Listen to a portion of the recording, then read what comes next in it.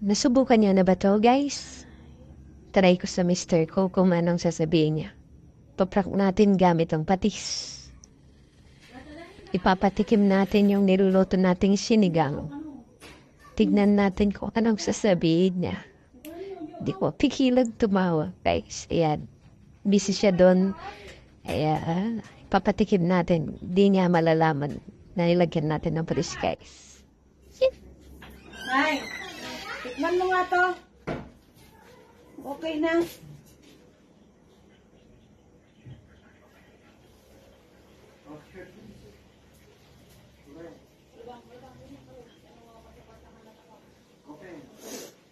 Man mo nga kung okay na.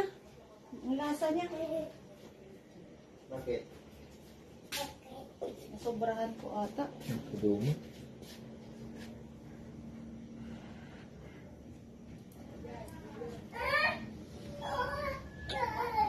Ano?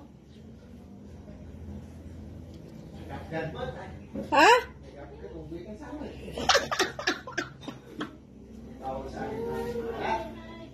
Bakit bawal sa'yo?